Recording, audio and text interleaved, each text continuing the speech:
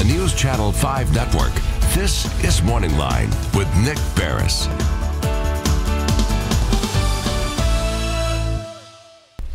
Good morning, everyone. Thanks for joining us on Morning Line. Nick Beres here on a Monday.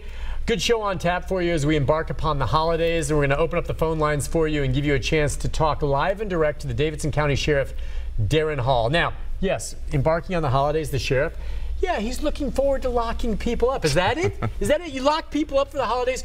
Well, you know what? That's not the Yuletide spirit, my friend. So are we talking furloughs throughout all Christmas?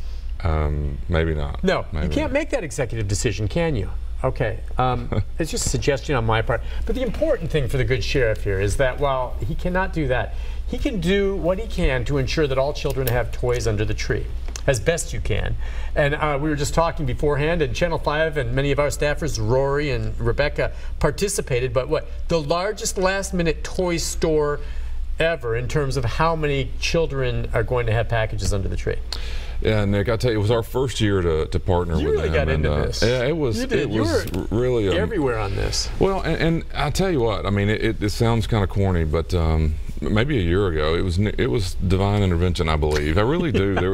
Here was this group who I've heard of Last Minute Toy Store for years, but we'd never partnered with them. And a mutual friend introduced me to Pastor Dale Roble, and I was going to lunch with him, really just to get to know him. Yeah. And I, honestly, for months, have a group of staff that we meet with on a monthly basis, trying to come up with a new project in the community we could just put our hands around, because we've done many things over the years. We've done Toys for Tots, we've done, of course, we do Sober Ride, but everybody was saying we need to see something that, you know, kind of start to finish, something that we could put our hands around and kind of adopt it as our year-round project. And so that was going on monthly in our agency. And here I was, and I met Pastor Roble, and we had lunch, and the conversation, it wasn't intentional, but the conversation drifted from, he was looking for space for the Last Minute Toy Store and kind of a place to put it, and, sure. and my mind took off and his took off. Next thing I know, we're meeting out at the site, and it was just a perfect marriage. It was just bigger, easier access. Was there more media on it? I don't know. I mean, what do you think made the difference to get, because in the past they did a great job as best they could with what they had and helped a lot of people, but this year you were able to help more.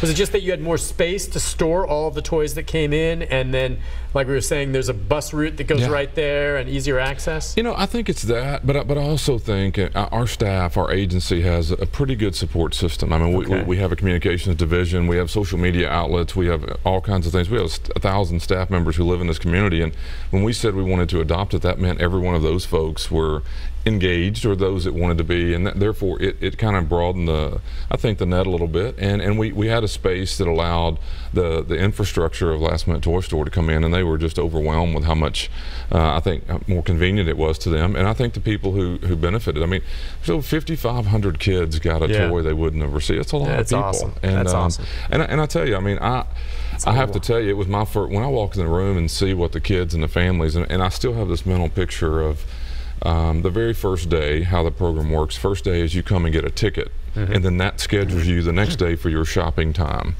So when you come and get a ticket, they've been waiting literally 8 or 10 hours outside in line until it was 4 o'clock in the afternoon when they started giving tickets out. So I was out there, and you know, the first wave of people, I don't know, they'd been there since 4 that morning, 12 hours. I mean, just literally waiting in line.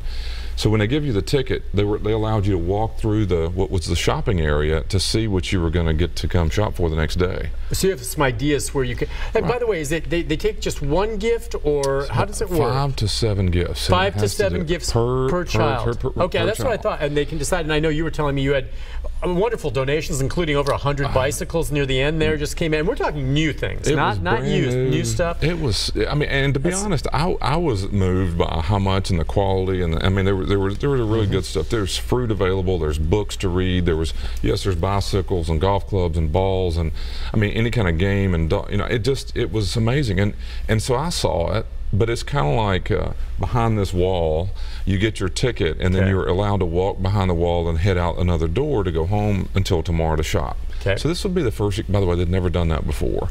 They had never kind of let you experience it a day before, what you're going to come back to. And I was standing there, and this woman walked around the corner, and first 4 or 5 people, and she looked to be maybe in her 40s, and a Hispanic woman, and she walked around the corner, and when she saw all that, she just started sobbing. Started crying. And walked out the door. And I just thought, you know what, and I can't get that image. It's the only, to me, what it means to it them. was just amazing. And our staff and the volunteers at the Last Minute Toy Store get to see the mothers, primarily mothers, and pick up, you know, the toys in these huge bags and then head out with them on the way home to put them under the tree. And so you just know that on that morning when the kids walk down there that hopefully there's a brighter day for a lot of people. It's just an awesome thing, and every year I think about it, and it just breaks my heart to think of how many families are in that situation, dire straits. Wow. And what breaks my heart even more is even the mere thought of any child not getting a gift, however you get it, or That's right. to get something. I mean, I just it breaks my heart to think, and there sadly probably are some out there, you know, wherever it is, either the parents don't care, they don't know, and they don't even celebrate it, which is okay if you don't celebrate whatever it is, but I mean, not getting a toy and then providing this, it's crucial.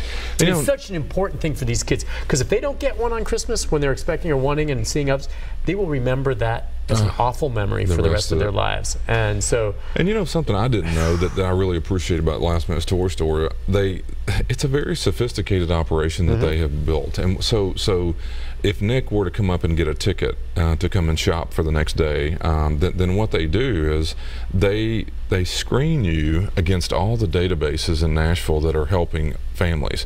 So the Angel Tree, all these different organizations. Yeah, there are many. And they're literally they're online. And so what they do, they have your name, and if you're getting something from any other organization, Last Minute Toy Store is not your place.